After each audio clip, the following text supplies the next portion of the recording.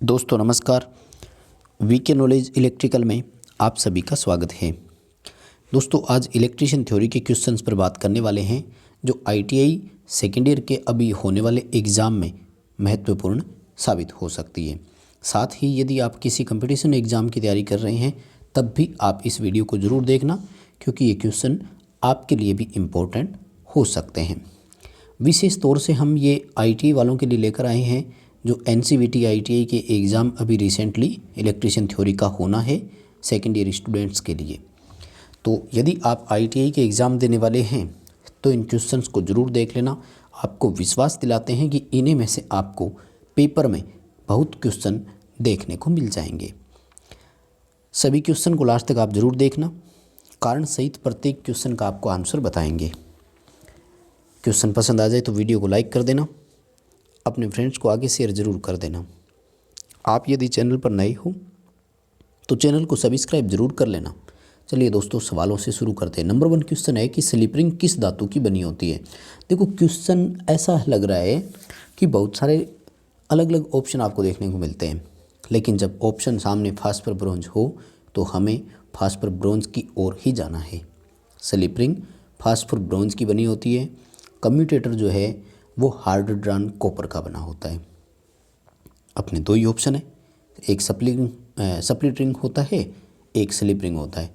तो slip ring phosphor bronze का, split ring या कम्यूटेटर हार्ड ड्रॉन कॉपर का, कठोर खींचे हुए तांबे का होता है।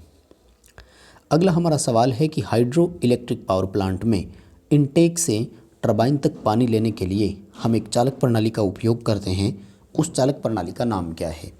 दोस्तों जल विद्युत उत्पादन में जो प्लांट में इनटेक वाटर होता है, इनटेक वाटर कैसे होता है मैं आपको बताऊं कि सबसे पहले वो आपका वाटर सिस्टम होता है, जैसे कोई नदी हो सकती है, उसके ठीक पास में हम डैम बनाते हैं। डैम से फिर हम एक प्रेशर पाइप लगाते हैं।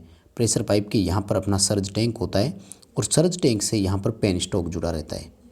तो ये इनटेक कहलाता है। ध्यान रखना, वाटर पानी को अंदर लिया जाता है किसी नहर नदी या डैम से, उसको इनटेक बोलते हैं। तो ये जो आया है ये पेन स्टॉक के माध्यम से आया है, ध्यान रखें। डैम का काम क्या है, पानी को स्टोर करना। रिजर्वेयर एक्स्ट्रा होता है, बैकअप के तौर पर होता है।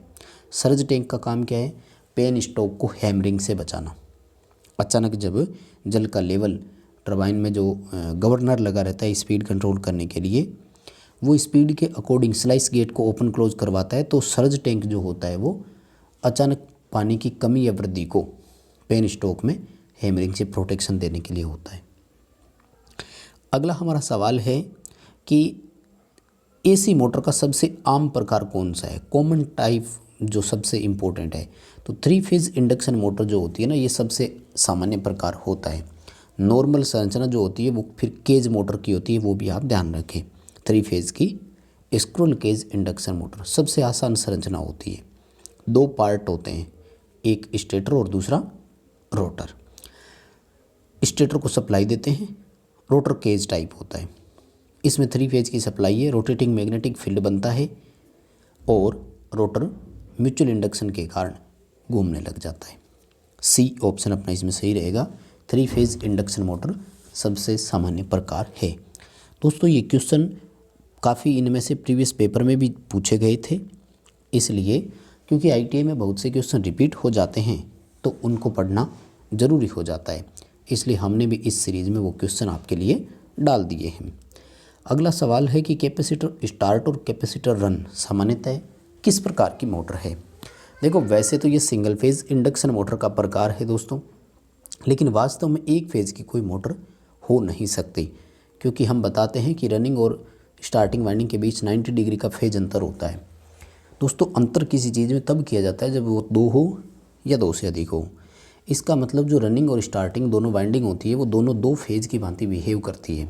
वैसे भी आप देखिए सिंगल फेज इंडक्शन मोटरों को स्प्लिट फेज मोटर के नाम से जानते हैं, क्योंकि हम उसमें फेज को स्प्लिट करते हैं। वास्तव में स्टेटर को जो मिलते हैं वो 2 फेज होते हैं, इसलिए double capacitor motor 2 phase induction motor का एक विशेष प्रकार होता है। सी ऑप्शन की ओर हमें जाना है। अगला हमारा सवाल है कि यदि स्लॉट में एक ही कॉइल साइड हो तो इस प्रकार की वाइंडिंग को हम क्या बोलते हैं? देखो, प्रत्येक स्लॉट में यदि एक एक साइड हो तो इसको सिंगल लेयर वाइंडिंग बोलते हैं। प्रत्येक स्लॉट में दो दो साइड हो तो उसको डबल लेयर वाइंडिंग बोलते हैं। सिंगल लेयर वाइंडिंग में जो कॉइल्स की संख्या होती है वो स्लॉट की संख्या की आधी होती है, यानी स्लॉट बटे 2 करेंगे तो वो कॉइल के बराबर होगी। जबकि डबल लेयर में क्या होता है, स्लॉट की संख्या और कॉइल की संख्या बराबर होती है। अभी अपना उत्तर सी रहेगा, सिंगल लेयर वाइंडिंग। नेक्स्ट हमारा क्वेश्चन, रिपल्सन मोटर का ड्रॉबैक क्या है? शॉर्ट कमिंग, ड्रॉबैक, डिसएडवांटेज या फिर हानि, एक ही बात है। देखो, रिपल्सन मोटर कम्यूटेटर मोटर का प्रकार है। इसमें भी कम्यूटेटर और ब्रश होते हैं, इसलिए जिन मशीनों में कम्यूटेटर, स्लिप-रिंग या ब्रश होते हैं उन पर स्पार्किंग होना स्वाभाविक है, नंबर 1 पॉइंट। दूसरा, भार के साथ इस मोटर की स्पीड में वेरिएशन भी आता है, ये भी इसका एक शॉर्ट कमिंग हो गया। तो तीसरा, इसका लो पावर फैक्टर भी रहेगा। क्वेश्चन का अपना आंसर जो है वो डी हो जाएगा, उपरोक्त सभी। अगला हमारा सवाल है कि 1400 mm स्वीप वाले एक सीलिंग फैन की रेटिंग सामान्यतः कितनी होती है? दोस्तों, छत पंखे के स्वीप का मतलब होता है, 2 आंसर इसके दे सकते हो आप, आ सकता है पेपर में क्वेश्चन, ध्यान रखना कि एक छत पंखे का स्वीप कैसे डिसाइड किया जाता है। इस 1400 mm का मतलब होता है कि जो केंद्र होता है छत पंखे के स्टेटर का, उस केंद्र से लेकर जो अपना ब्लेड होता है उस ब्लेड के किनारे तक की जितनी भी दूरी होती है उसका दोगुना जो होता है ना, क्योंकि एक बार इस तरफ आया तो ये रोटेट करता हुआ इस साइड भी तो ब्लेड आएगा ना, तो इस दूरी का दोगुना इस पंखे का स्वीप कहलाता है।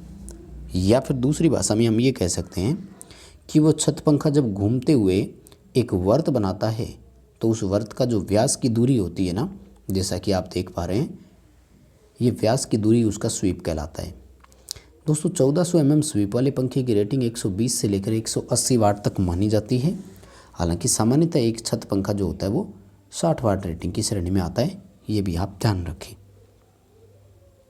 अगला हमारा सवाल है कि निम्न में से किस अनुप्रयोग में सबसे छोटे आकार की मोटर है? देखो, सबसे छोटे आकार की मोटर की यदि बात करूं तो मैं विद्युत घड़ी की ओर जाऊंगा। इलेक्ट्रिक क्लॉक जो होती है सबसे छोटी मोटर इसी में होगी। सिलाई मशीन, टेबल फैन और घरेलू मोटरें तुलनात्मक रूप से बड़ी होती है। अगला हमारा सवाल है कि निम्न में से कौन सा बायोमास ऊर्जा का सोर्स नहीं है? देखो, बायोमास को अपन गोबर गैस ही तो बोलते हैं, वो जो वेस्टेज के रूप में हम यूज करते हैं वो आते हैं। अब देखो, वैसे तो इसमें 2 ऑप्शन हैं। जो कोयला है ना, इसको भी कुछ जगह पर बायो एनर्जी सोर्स में काउंट नहीं किया गया है, लेकिन दोस्तों जब परमाणु ऊर्जा का ऑप्शन दिख रहा है तो हमें डी ऑप्शन की ओर ही जाना है।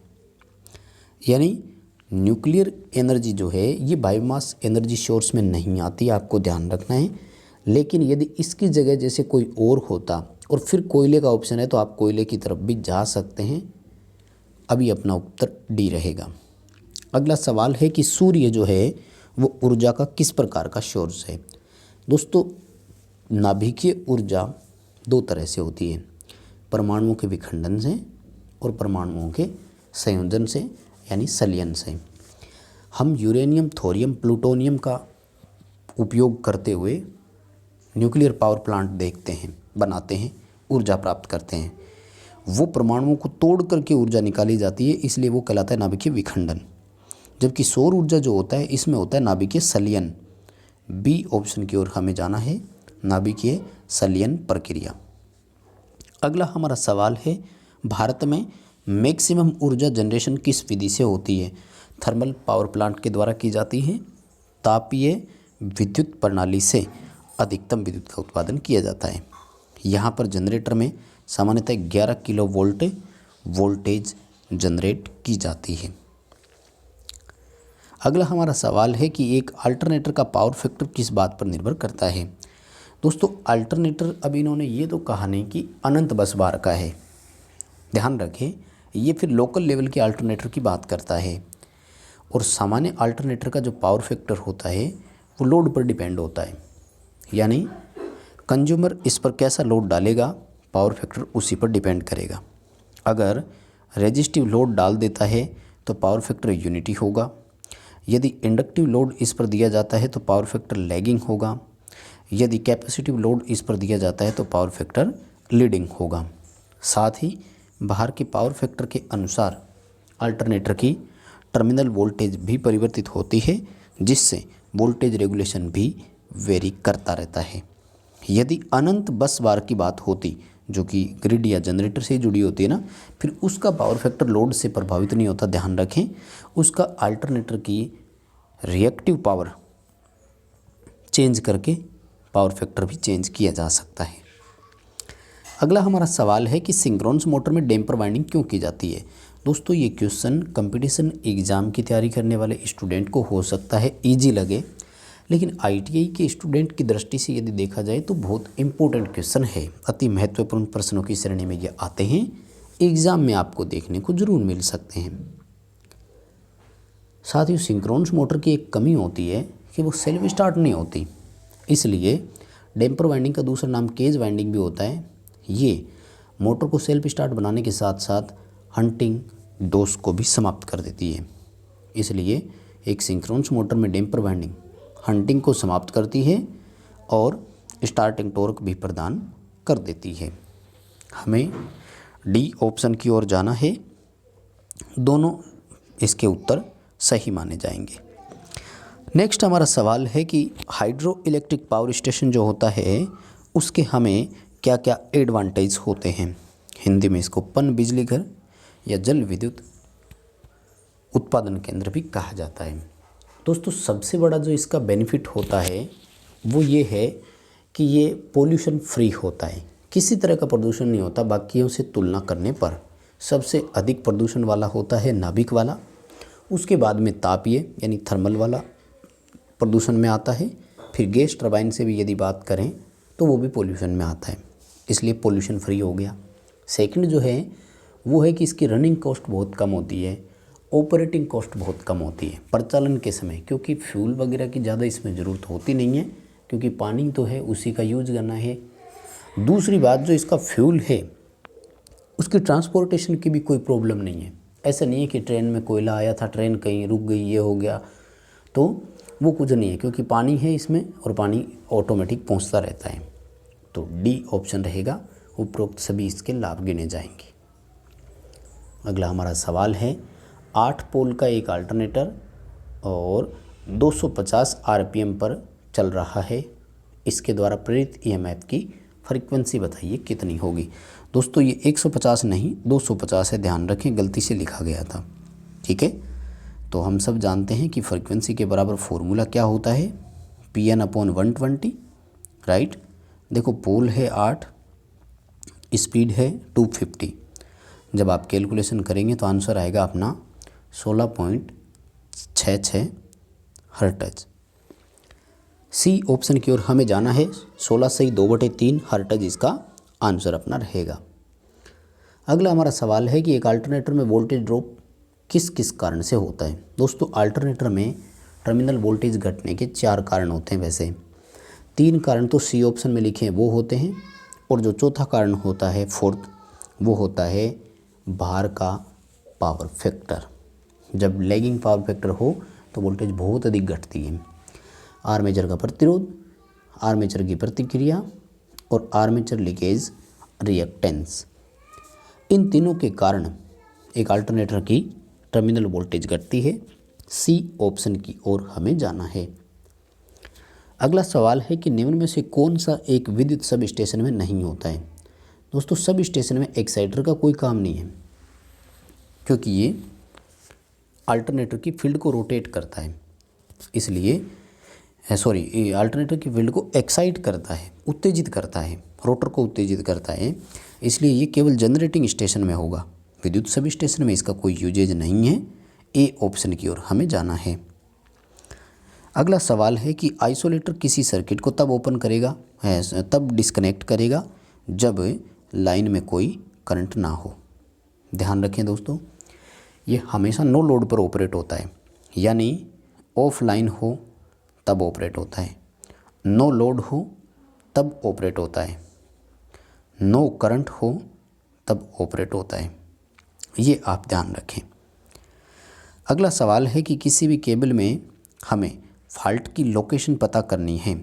हम केबलों में कंपैरिजन करके फॉल्ट की लोकेशन ढूंढ सकते हैं।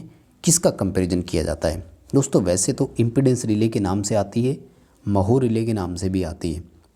जैसे मुर्रे लूप टेस्ट और वारले लूप टेस्ट केबलों में किए जाते हैं। वो सक्षम होती है, बता देती है कि कितने किलोमीटर दूर केबल में फॉल्ट आया है।